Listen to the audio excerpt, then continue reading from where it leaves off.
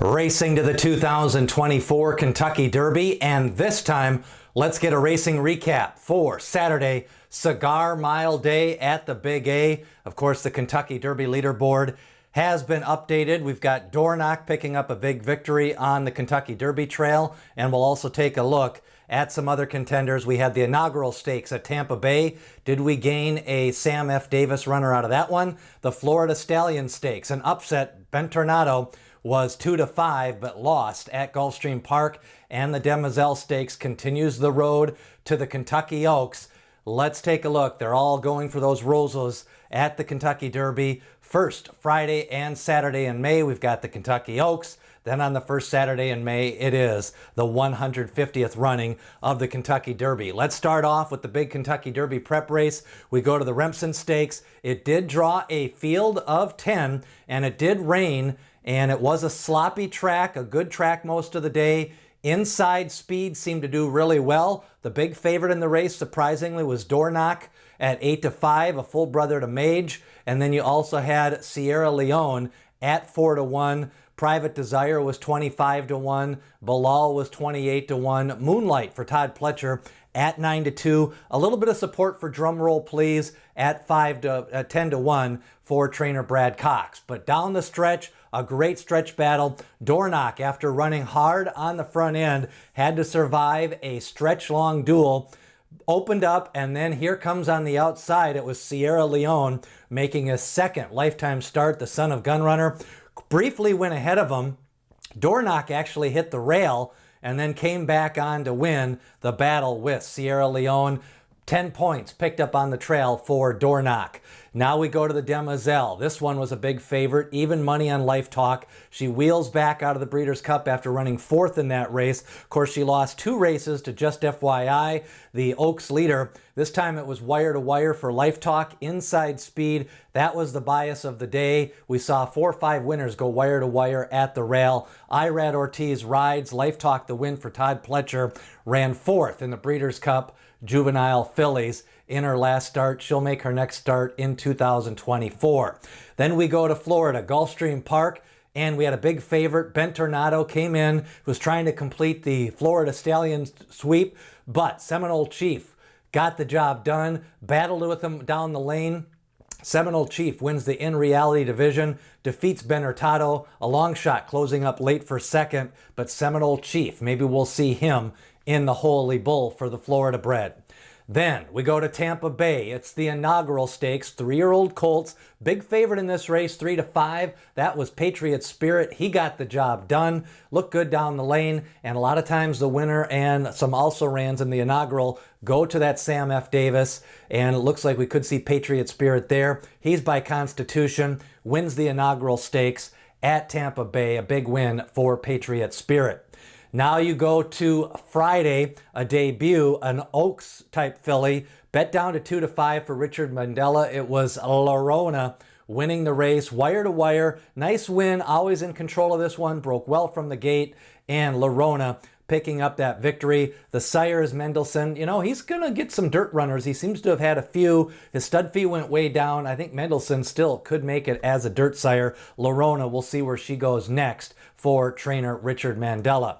Then on Saturday, it was back to Aqueduct, the Big A. Of course, Inside Speed did well. 13-1 on the board. Richard Dutrow sends out the winner, El Capi, who took the lead early, ran 108 and change for 6 furlongs.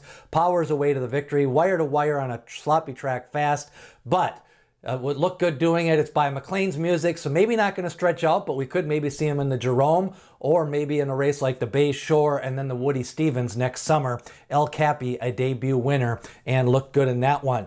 Springboard Mile nominations are up. Let's take a look at them. We could have the undefeated Glengarry, Otto the Conqueror, the son of Street Sense for Steve Asmussen, Fidget and Gettysburg Address possible for trainer Brad Cox. You got Catalytic, and then you've got a fast winner at Gulfstream by the name of Merritt for Saffie Joseph, all nominated to the Springboard Mile. That's coming up on December the 15th.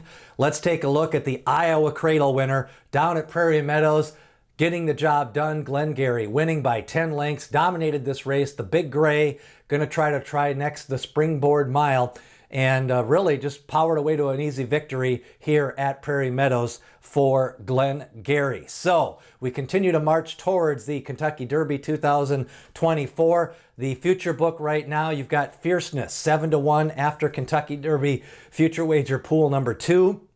Nisos betting in Las Vegas 12-1. Then you've got Locked at 16-1. Of course, he won the Breeders' Futurity, ran third in the Breeders' Cup Juvenile. Nash, a big winner for Brad Cox for Godolphin Blue. He is probably going to go down to the Fairgrounds maybe, or Oaklawn Park. Could see him in the Southwest or maybe the Risen Star. Muth for trainer Bob Baffert. Could see him in the LaSalle Futurity. And then you've got Dornoch now. Nice win, back-to-back wins after winning at Keeneland. And he's right around 25-1 with the bookies in Vegas. The Kentucky Derby coming closer. And we've had 8 races on the trail, 8 different winners. Let's take a look where they could go next. No word yet on West Saratoga. Of course, he won on a sloppy track to kick it off in the Iroquois.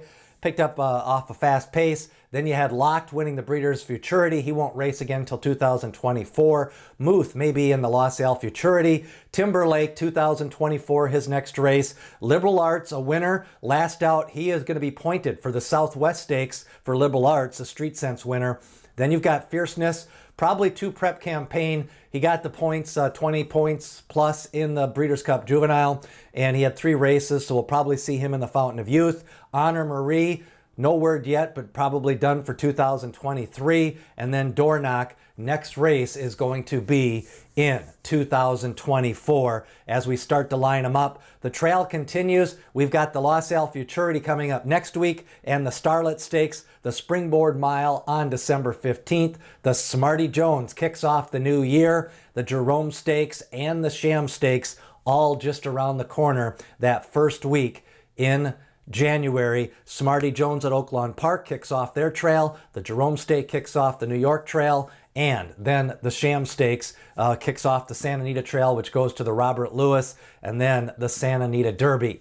Don't forget, December 13th, it's going to be me and Jessica Tugwell talking about pedigrees. We're going to go over the basics of pedigree handicapping, what she looks for. Of course, she's a pedigree analyst for Hawkstone Bloodstocks. Join us live or watch the replay and learn a lot on pedigree analysis and how to look at pedigrees from one of the best, Jessica Tugwell, on December 13th.